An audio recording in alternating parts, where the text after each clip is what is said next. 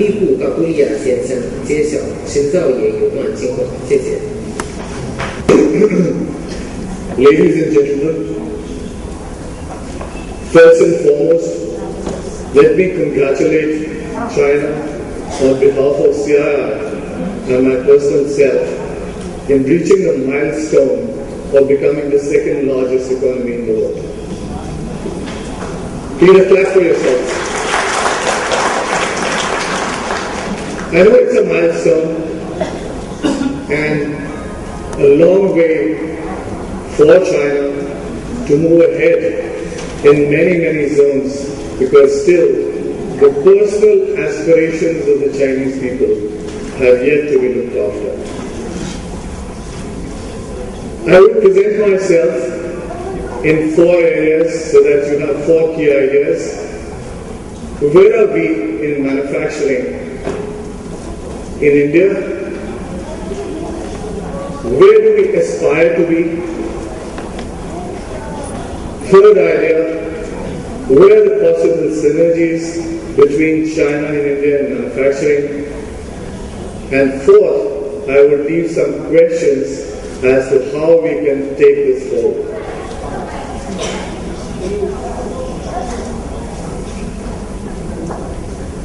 Besides China, India is also, in terms of PPP, a fairly large economy, but we also have various challenges as far as per capita income goes. There's a lot that needs to get covered.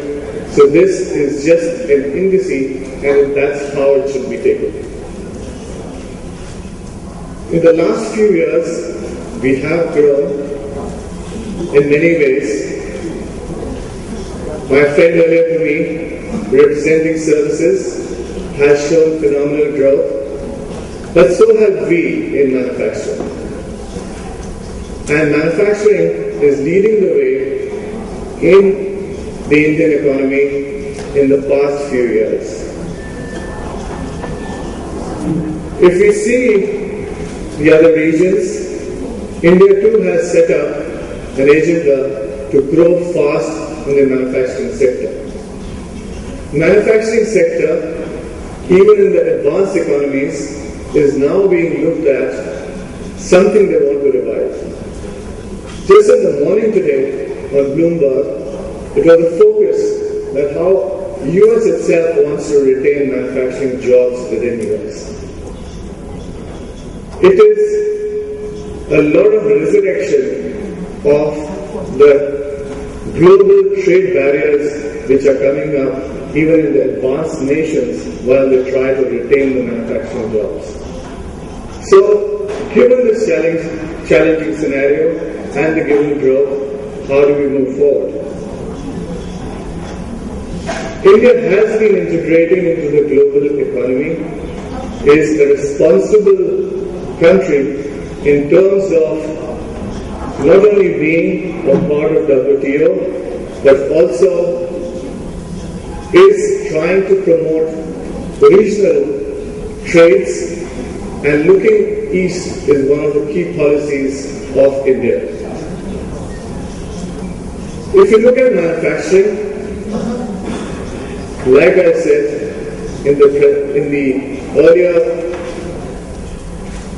times, we were not growing too fast, but in the past few years, manufacturing has grown substantially in terms of percentage. However, in terms of the overall economy, it still remains a very limited portion. We're just about 15% of the GDP. Like I said, there were various phases in manufacturing in India. There was a phase where we started liberalizing, we opened up our economy, and in 91, and now it is free for anyone in the world to come and be there in terms of manufacturing as a 100% equity holder and participate in the growth which has been set for India. India has been focusing on quality aspects of manufacture, where there is an integration of engineering and manufacturing, and also where the products are not in that large numbers, India scores very high in the equivalent economies. We have shown that developmental cycles, starting from the Mahindra Scorpio, was a story in Detroit. The cost of development from platform up of Mahindra Scorpio was 1/5 the cost of a normal platform. So the integration of engineering and manufacturing, and what I see in the papers today, that China has set an agenda to be a part and a global leader in looking at automobiles which are plug-ins or electric types. That could be a great area of participation where we can bring the cost of engineering down and also model the prototypes which could be done in a much, much lower cost aspect. India is an entrepreneurial society. Manufacturing still is 80% in the hands of small and medium companies. Thus, small and medium companies are good in innovation. That's another strength in our country where we can participate and look at synergies. Recognizing this, that number of times I've had the honor to address various fora around the globe, in Detroit, in Europe, and one finds that there was always a question earlier of is it India or is it China? Today it is clear that it is not an or situation. It is India and China, or China and India. Thus, the global companies have to look at India and China and look at synergizing the value chain. The supply chains have to be synergized. So this here, as the global companies set footprints in both the countries, where is the opportunity to synergize? The aspirations now. From 15% of GDP, which is approximately about $135 billion, we aspire to be 25% of GDP, which is, as far as China is concerned, still much, much lower, but aspirations of 25% would achieve approximately $800 billion of manufacturing GDP in the country by 2025. And this in itself presents major opportunity. Major opportunity, just to throw some numbers, means an investment in capital goods of nearly $300 billion. And this would be, there is a major area of participation from China. Let's explore the synergies.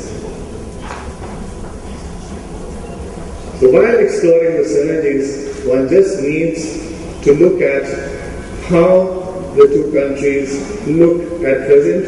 So you see that Indian manufacturing is still very, very small as a component of GDP.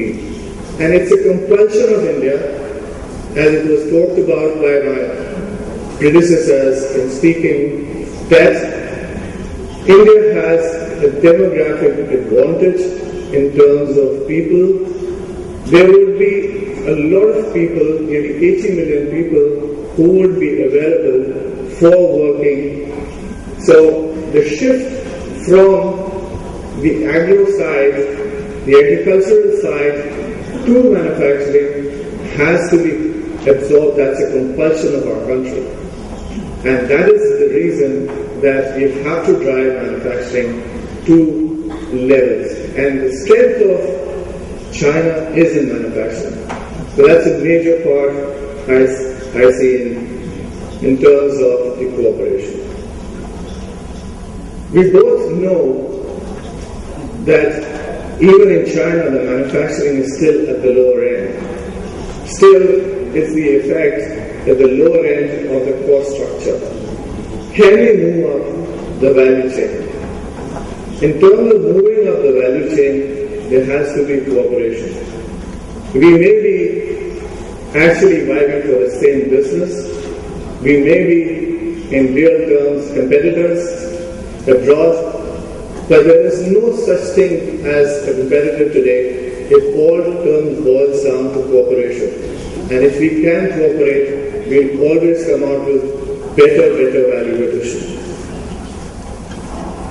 I think we all know that a lot of the manufacturing in China is driven by exports, and as I just mentioned, there is a resurrection of trade barriers and trying to retain the jobs of manufacturing in the developed economies.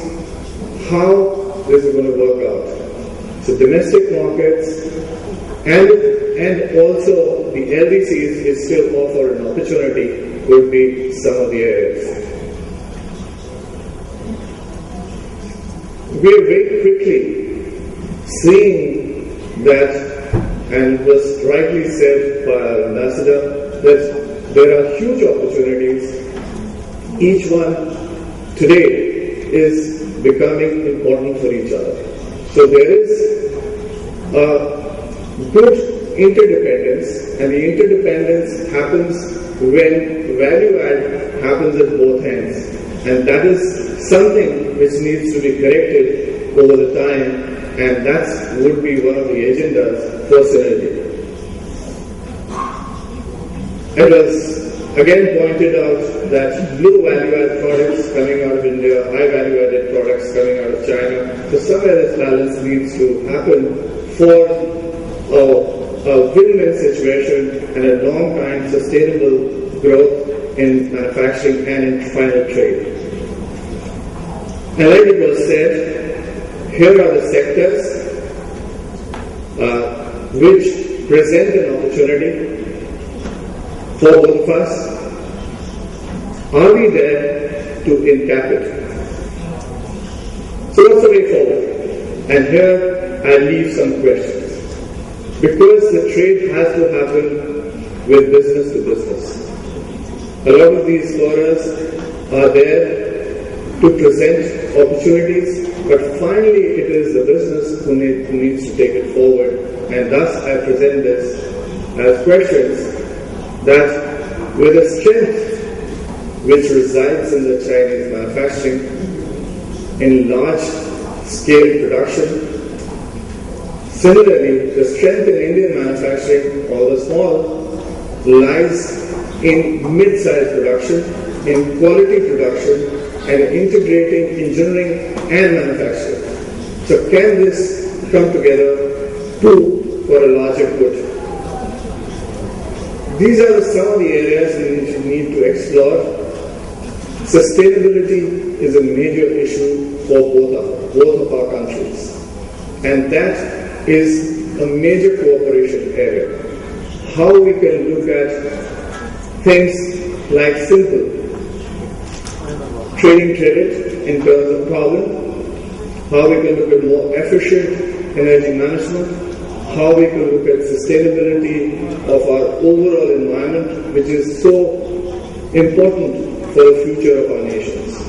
How can we do this in a cooperative way and possibly take it to the third world, to the LDCs? So, the future of manufacturing would lie in cooperation, would lie in finding a win-win situation, and that is the innovation which can be done by the enterprises within India and China. And this is the question that I leave with all of you. Thank you.